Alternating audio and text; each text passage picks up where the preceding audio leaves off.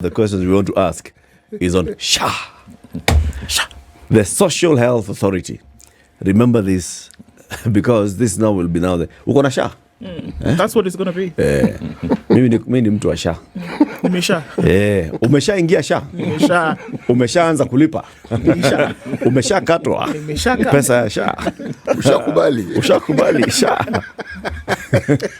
Hii hospital iko SHA.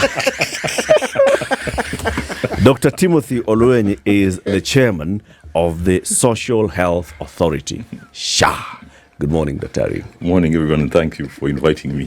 Good to have you here again. It's always a pleasure to be on this show. When you were appointed the chairman of SHA, we invited you, and you told, now you come. And you've been appointed to what? You told us, hey, you know this one now, so NHIF, so until June, so now SHA, and now it's June. You're here. You're going to tell us very many things. Siti, welcome the good doctor with the day's proverb. Yes, our proverbs for the whole of this week come from the Republic of Zambia. Today's bush is tomorrow's forest.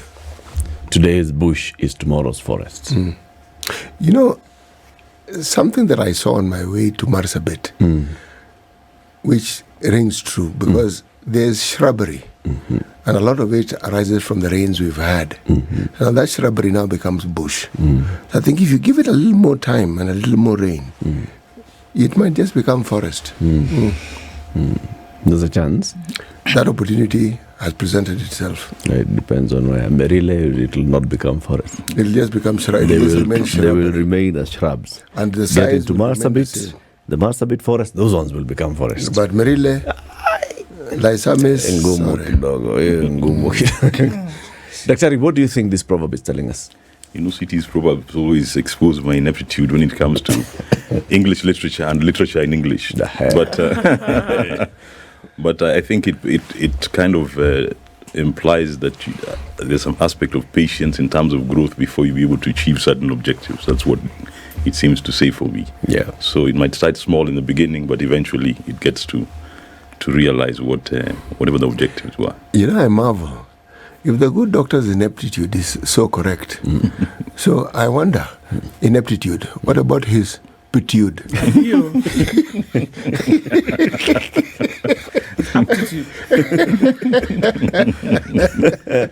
How is it? How good would that good be? Let's find out. Yes. That's why he was appointed as the chairman Yes. of the Social Health Authority. Dr. Ari, it's now about that time. We have seen the Cabinet Secretary for Health. We are seeing communication now starting to roll out that, you know what, going around the country, there is now movement and transition into the new dawn of the Social Health Authority. Okay? Yes. What does that mean? What is this transition to what? Well, it's transition to what we call the new benefits package. You see, the reforms that were instituted were more in terms of changing the architecture of the healthcare financing landscape in Kenya. And that was the view to people being able to access enhanced benefits.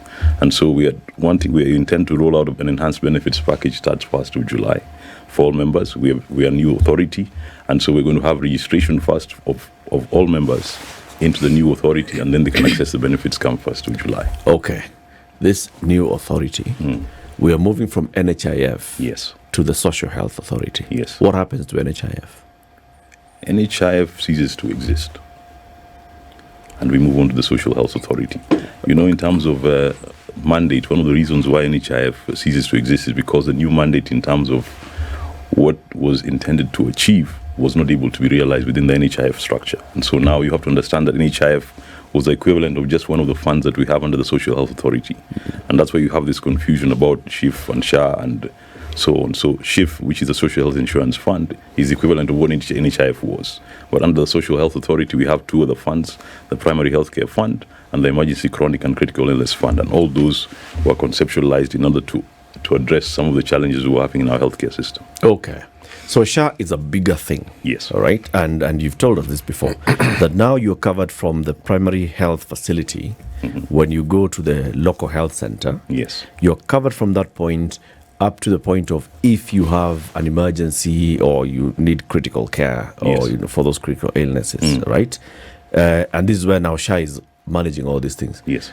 Part of it is taxpayer funded. That Yes. means it's coming from the taxpayer, from the National Treasury to fund visit to health facility. Correct.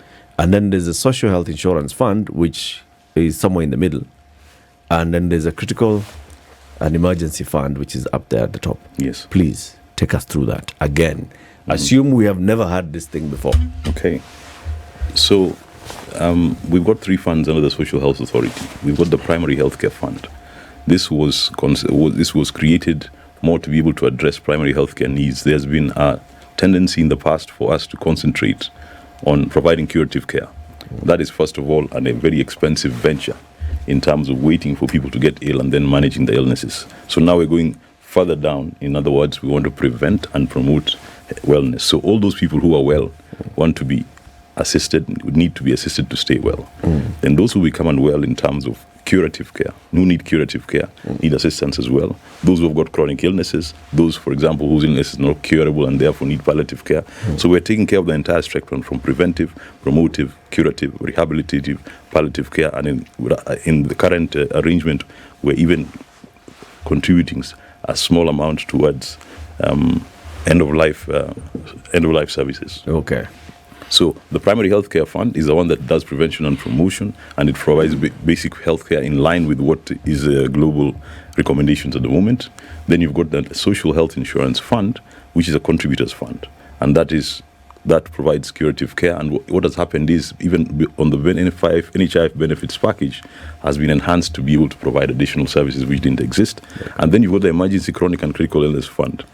It has always been a challenge in terms of, in this country, to be able to manage medical emergencies. Much as it's a constitutional right, there was no funding that was allocated to it. So the government, in fulfillment of those constitutional imperatives and its responsibility, has decided to disburse funds to the Emergency Chronic and Critical Illness Fund to take care of emergency expenses. But also, one of the biggest problems we've had is people who have exhausted their cover even under NHIF. And once the benefits are exhausted, people again become exposed financially. So financial risk protection, we want to extend that by having a second fund, which those who have got chronic illnesses and those who have got critical illnesses can be managed. And the emergency care is one of those that is, all these funds that are funded by the Exchequer, the emergency component and the primary healthcare component, are fully funded by the Exchequer, and therefore you don't have to be a paid up member to access those funds. You just need to be a Kenyan. Yes, and registered. Okay. But the Social Health Insurance Fund is a contributors fund, so similar to NHIF, those who access benefits will have to be paid up members. Okay. But in all these things you're saying, there's registration. Yes. What is that registration?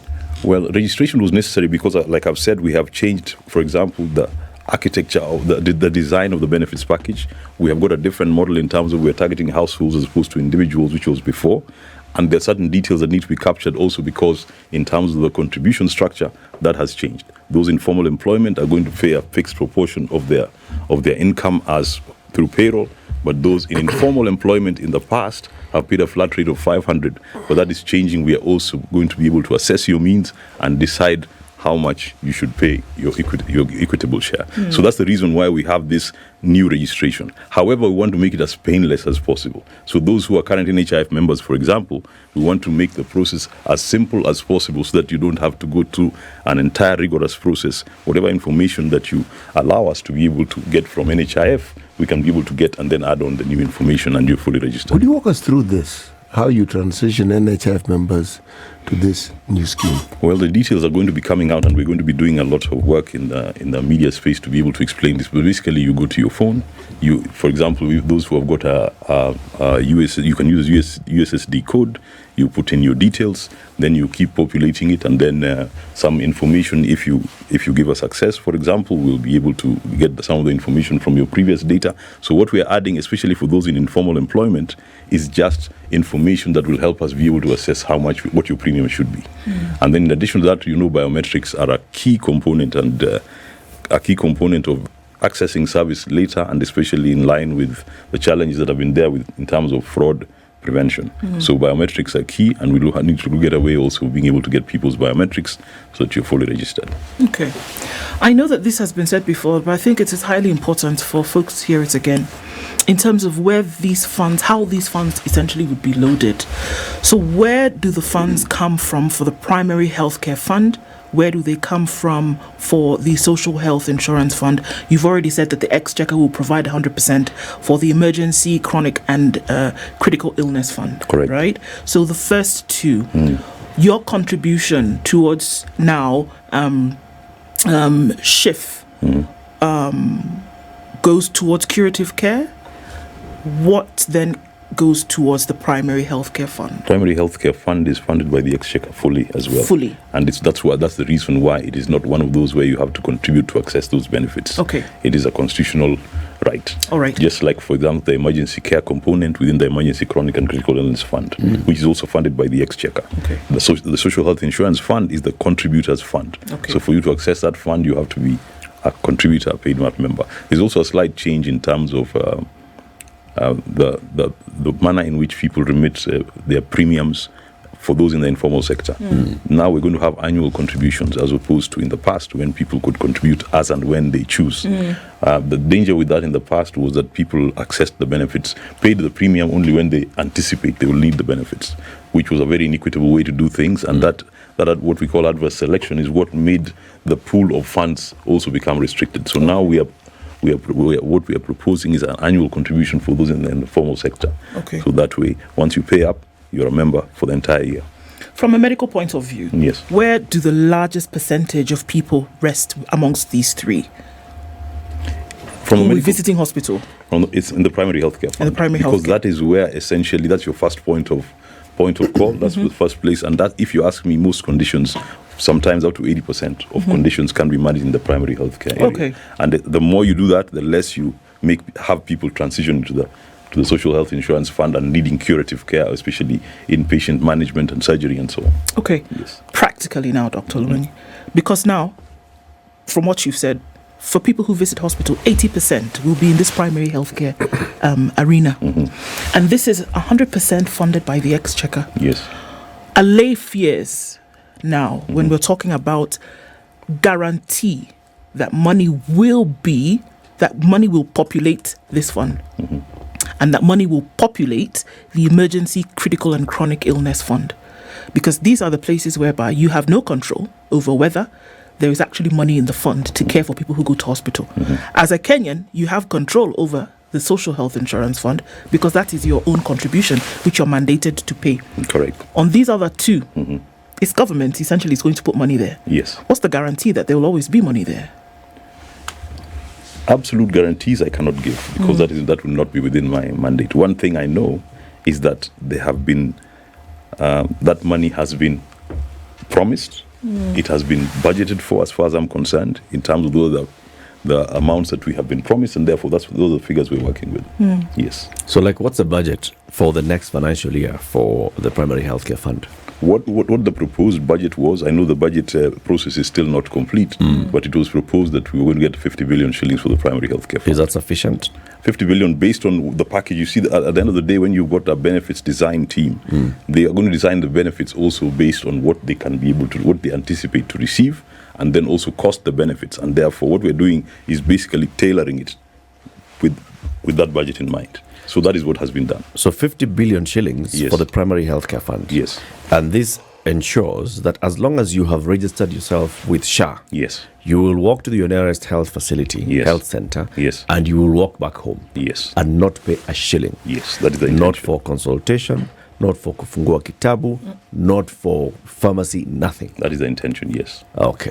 How much for the emergency, chronic and critical care fund? The emergency was projected initially at about 75 billion shillings. Now, one thing that we also have to realize is in terms of implementation, it is going to be gradual.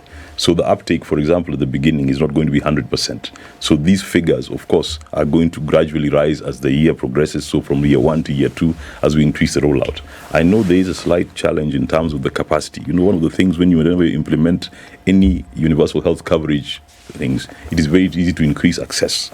But increasing that access means the capacity of the healthcare system, again, has to increase suddenly. And that is not practically possible. So at the beginning, there are going to be challenges. So we're not saying it is going to be easy. The intention is there. and it's going to roll out gradually. It will keep improving, but we are hoping the healthcare system capacities also rise to the point where people can be able to arrive at facilities and get the care that they need.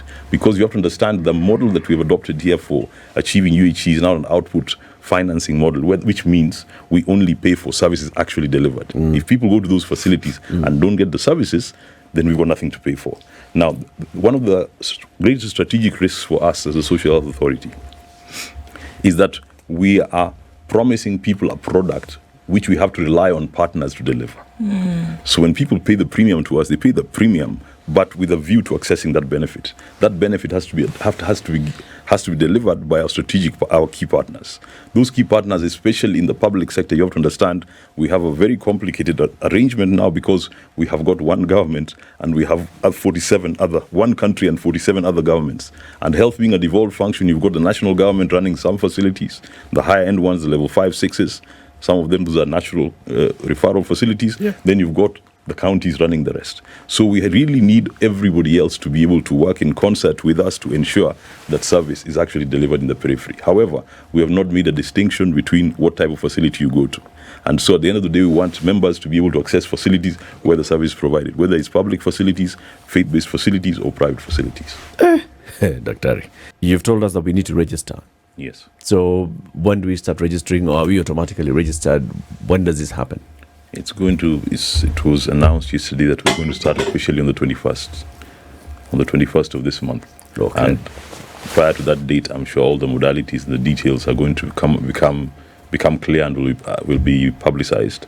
But like I said earlier, we're going to make it fair, especially for existing members. One of the things that we are very keen about is about service continuity.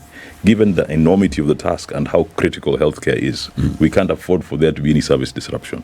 So what we want to do is encourage people as much as possible, especially those who are actively seeking care currently under NHIF, to make sure that they're registered prior to that date. And that's why we're saying we're going to keep it simple, as easy as possible, and we want to discourage people from waiting until they need to access the healthcare service to start registration, because it becomes hugely inconvenient and it might even jeopardize their well-being at that point. And then the deductions for those who are formally employed, when do they begin? It's from 1st of July, and therefore the first deduction, technically we receive the first payment on the 9th of August as the Social Health Authority, because that's when contributions for July are remitted. So with the July salary? Yes, it's July salary. Not with the June salary? Not with the July salary. Okay. Yes. So end of July, yes, the salary at the end of July is that what will be deducted? Yes. And then you start receiving from August? Yes. At 2.75% of your gross income. Gross? Yes. Okay. All right. Those who are not formally employed, yes, there's ways of you called it what, means assessment, yes, of how much I should contribute. Explain. Yes. The means testing is a manner in which we can be able to assess people's income. The challenge that we have is, especially for the informal sector, cash flows are not regular. So you have to use other means, indirect indicators, to be able to assess what somebody's overall income is. It is a way in which it's a form of self-declaration. So there are certain questions that you answer, and based on that, you've got statistical models that be able to calculate what your annual income is, and therefore, based on that, it calculates 2.75% of that, and that's how your premium is calculated.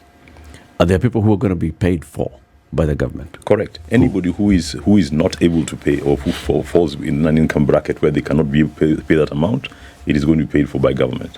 And that's the beauty about this system now, is that we're going to get, even government is fulfilling its constitutional mandate in terms of being able to pay for those who are regarded as, the term indigent I don't particularly like, and I think they're regarded as non-earners.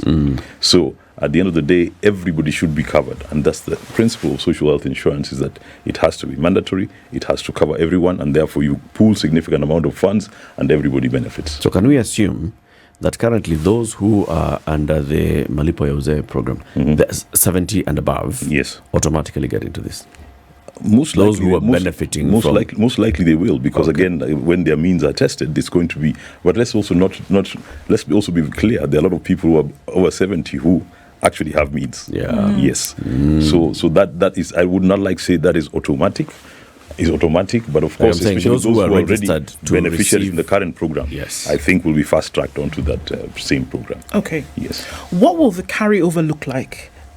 Because I shudder to think that everybody who currently is under NHIF will go to a registration center somewhere, and then something's going to be queued into a computer.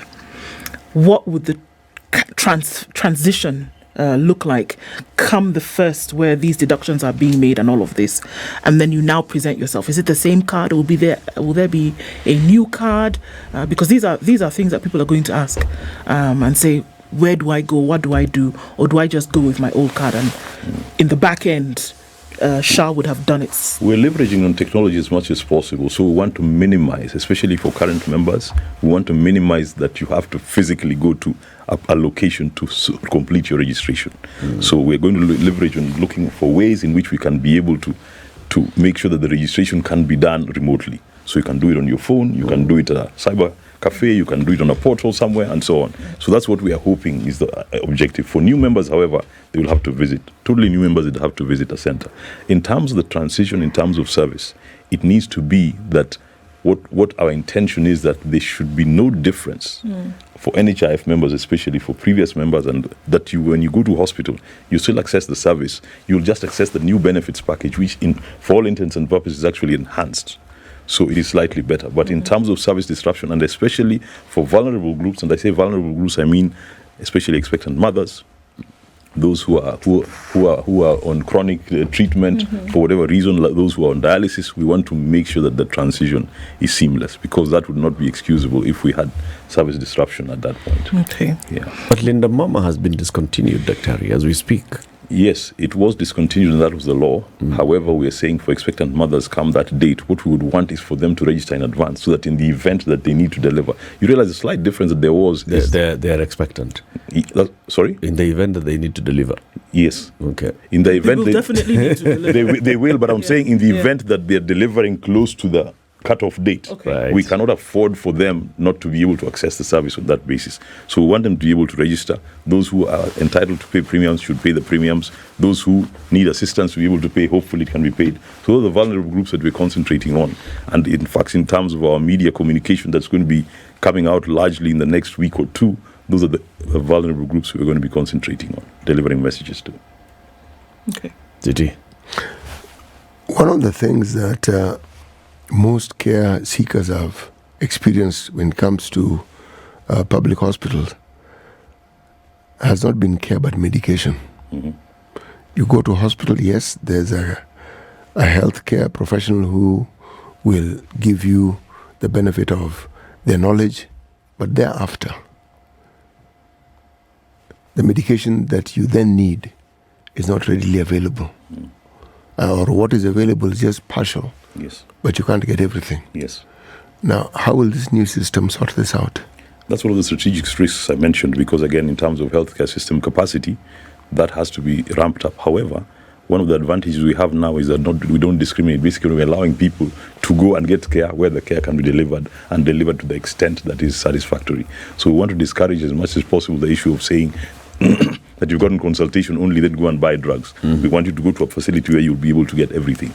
However, there are also initiatives in terms of saying that facilities that don't give end-to-end care, we've got their thoughts around being able to have, for example, other pharmacies be able to deliver that medication which you did not get, and somehow get that compensation from money from the compensation that your healthcare provider was supposed to get.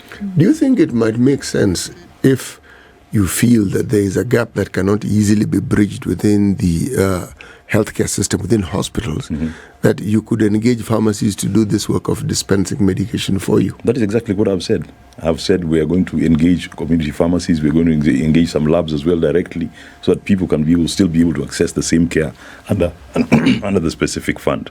The question is how we move the funds around based on who was intended to get it and who failed to deliver that service.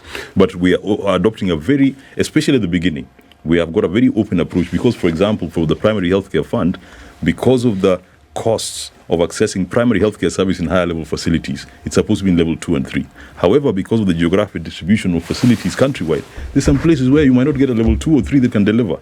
So we have also added in the regulations that and designated level 4 facilities. So basically, where there is need, we might still be able to designate level 4 facilities and say, provide this service based on that. And that could change. When level 2, 3 facilities come up, that again might be changed. So that is the objective, because if you access primary healthcare services at very high level facilities, there's almost a 25% additional cost in accessing those basic services at high level facilities. And when we're talking billions of shillings, you know what 25% cost increase means. It's a lot. How do you ring fence all this from abuse? Because one of the things that NHIF has been accused of, and we in the media have had to deal with a lot of information that relates to an absolute insult of this particular system. How will you ring fence this? How will you ensure that this system is not abused? Because if you then extend it to pharmaceutical care as well, again, it's like you've expanded the capacity for the system to actually be abused. Okay. Basically, the answer is going to be in the technology. And the technology that is going to be deployed is not yet fully ready yet, but the technology that's going to be deployed is going to be one that we have got real-time visibility in terms of what is transpiring from the clinical process to the claims process. So we're trying to digitize everything and minimize human intervention, because human intervention has been the place where a lot of people have been able to play with the system and get all these fictitious claims and get approvals where not required. However, the benefit package we're delivering now is also extremely simple. And I'm saying simple because in the past, NHIF had got a multitude of schemes that had got different benefits and different amounts and so on. Now we've got a simple package that is standard regardless from the Kenyan with the least means to the Kenyan with the highest means. If you access this service as social health insurance, it's one benefit package. So there's no need for somebody to be looking at the system and saying, how much should we pay and how much should we pay? Once you access the service, the cost is already input there and the claims process initiated. So basically, but secondly, the other thing we have to remember also is that we are actually building a new organization. So that is work that is in progress. But for example, we are going to strategically recruit based on what our needs are. So the current needs of Social Health Authority, regardless of what NHIF was doing before, based on the current needs, we'll get people who are suitably qualified. So we intend to get the best people for the job. But in terms of leadership and governance, again, I must mention that the board of the Social Health Authority and its leadership was very carefully chosen. So we've got a leadership team that is entirely kind of different in terms of mixes from the private and public sector and stakeholders. So in terms of being able to provide leadership and governance, that structure has also changed. So it's a whole radical transformation of the entire system from the different pillars of the healthcare system, as opposed to purely saying we've thrown in more money into the system. But Daktari, sorry, No, please. Daktari, so Social Health Authority has a board, Yes. has management. Yes. Does it have staff? At the moment, it doesn't have staff. That's what I'm saying. We're onboarding staff. Social Health Authority Still comes doesn't have. into operation in the next 20 days or so. Okay, correct. You don't have staff. Well, okay, I don't know how to put this. We have staff who are the previous NHIF staff for the moment. Okay. However, everybody will have to apply for their jobs, and we're going to recruit afresh. So come November, for example, which is what the law puts as a sunset period for NHIF, by that time we anticipate that we'll have recruited all our new employees. So we'll have a totally new, based on the new organizational structure, which again we have got, which has been carefully thought out. So by August the 9th, when you start receiving the 2.75% Yes. of my money, Yes. plus 2.575% of the employer, Yes. you will not have staff. Well, we have staff. That's why I'm reluctant to say we don't have staff. We have staff who are NHIF staff. So who are NHIF acting on our staff. behalf. By operation of law, everything from NHIF is owned by Social Health Authority from the 22nd of November. So it is the resources, whether it's the assets, liabilities, anything is owned, and including the staff are temporarily with us until we formally recruit substantive SHA. But the staff of NHIF are not guaranteed of transitioning to SHA. No, they're not.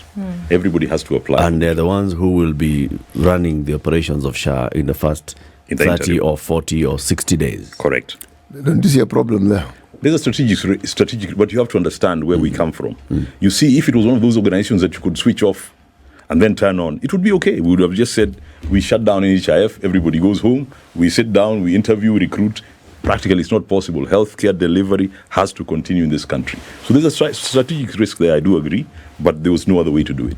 Are you saying that for the last 6 months, there was no time that you could have interviewed people and started giving them letters that you're going to transition to SHA? You know, when you're setting up a new state corporation, even for me, this is learning a lot of it is not as simple a process as setting up a private business. You open your doors, register, wake up today and start interviewing. There's a lot of processes that are involved in terms of setting up a state corporation. So we've gone through the motions in terms of being able to, first of all, the act came into force.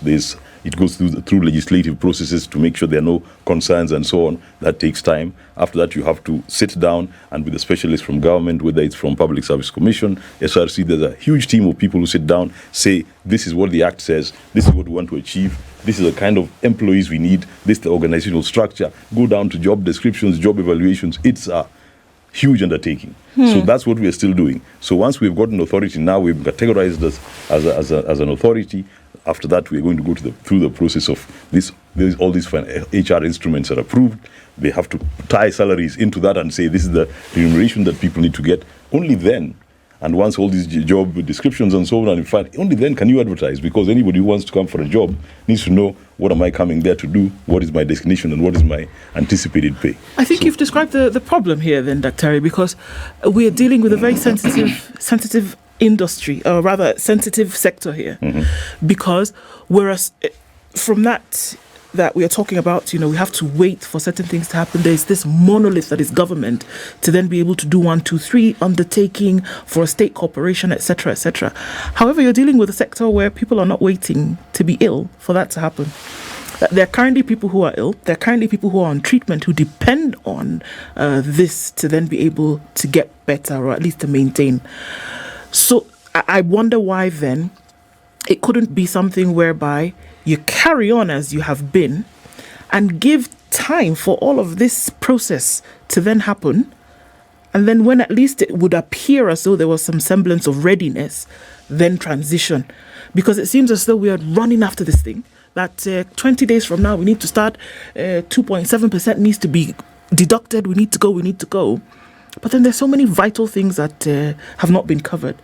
Would it not have made sense to wait a little bit and allow the current process to continue?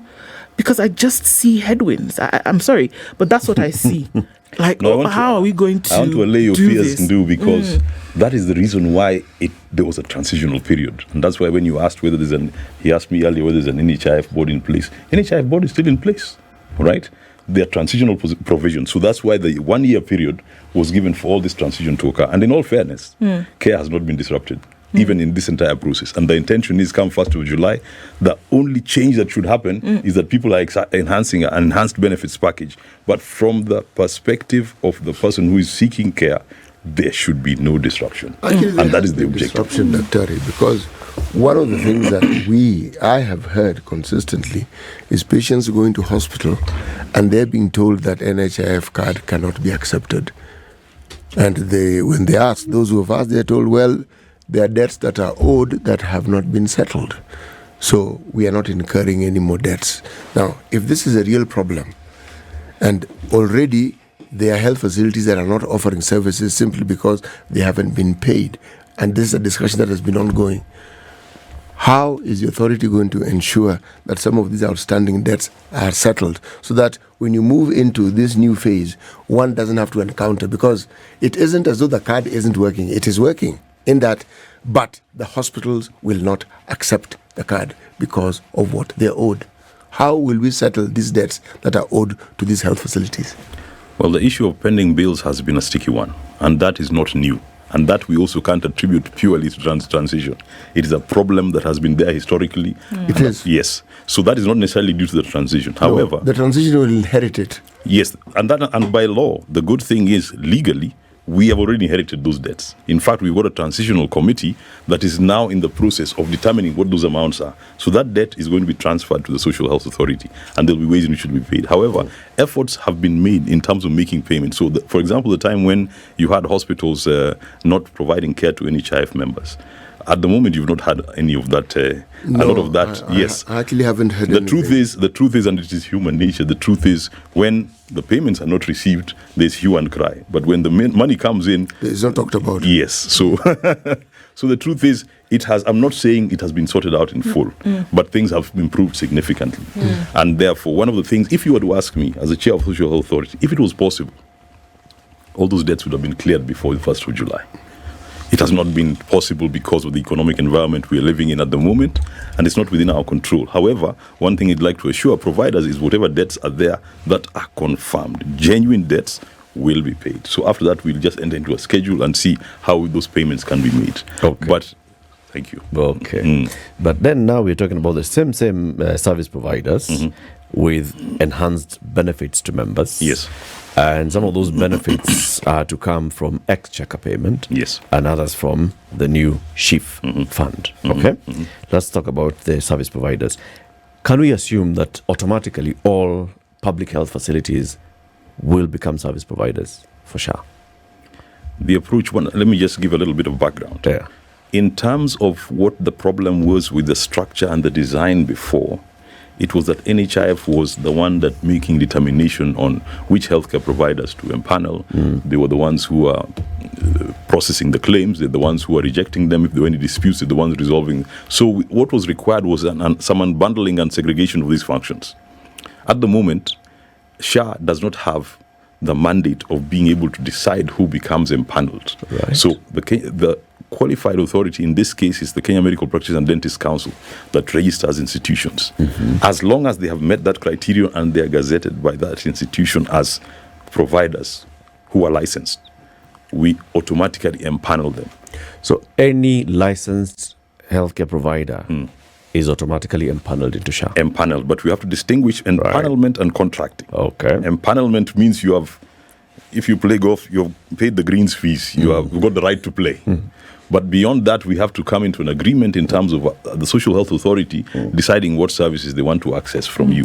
So that now becomes the contractual agreement. However, in terms of deciding who plays and not, so the process is fairly automatic. So before in the past, that's where a lot of the irregular activity and behavior came when people are seeking to get onto NHIF accreditation. But that is now a thing of the past. For now, SHA is not within our mandate. It is an issue of the competent authority doing the vetting for us. As long as you're eligible to play, after that, we're able to contract you subject to us being interested in the services we offer. And in this case, we are, because we want our members to be able to have as much choice in terms of where to go to be able to access services. The assumption here then is that because a majority of healthcare providers are private and faith-based in the country, that especially for those level 2, 3s, primary healthcare, people will then need to be going to their closest facility, which may be a private facility. Yes. And as long as it's licensed by KMPDC, Yes. it's already empaneled, and then you'll be contracting. But those are the ones that will be expecting to be paid by the exchequer through the fund, through SHA. If there's a delay in disbursement of money, how will you manage those healthcare providers at level 2, 3 for the primary healthcare? The beauty with the exchequer disbursements to a certain extent is as long as they are budgeted for. I know the disbursement ideally, if you were to ask me, I would have preferred that it comes as one lump sum. It might not be possible, but however, you must realize that again, the expenses are going to rise gradually. So what we have is very clear projections in terms of what we're going to need in what time periods, based on all the brilliant minds who've been working on this. So for example, if we say within the first 3 months, we'll need, based on on utilization, is going to be 10 billion shillings.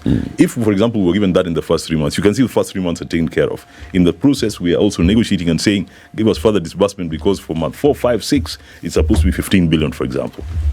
So that is how it is designed. Yeah. So I don't foresee the kind of challenges that we had in the past in terms of disbursing funds. In fact, the good thing is the Act does not even allow the Social Health Authority to invest any funds. And that was by design. As long as money comes, And so any money that comes in is for paying providers. There would be no reason for us to sit with it if we're not making any additional money from it. Please go and talk to Dr. Belio Kipsang. He's managing the State Department for Basic Education. He'll tell you about disbursements and sending money to schools.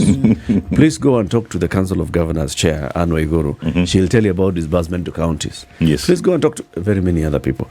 But we wish you all the best. You'll come again. This is the beginning of a conversation. There's a lot that we need to learn about this transition from NHIF to the bigger Social Health Authority. The chairman of the Social Health Authority, Dr. Olweny, has been our guest. This is the Situation Room, the only way to start your day.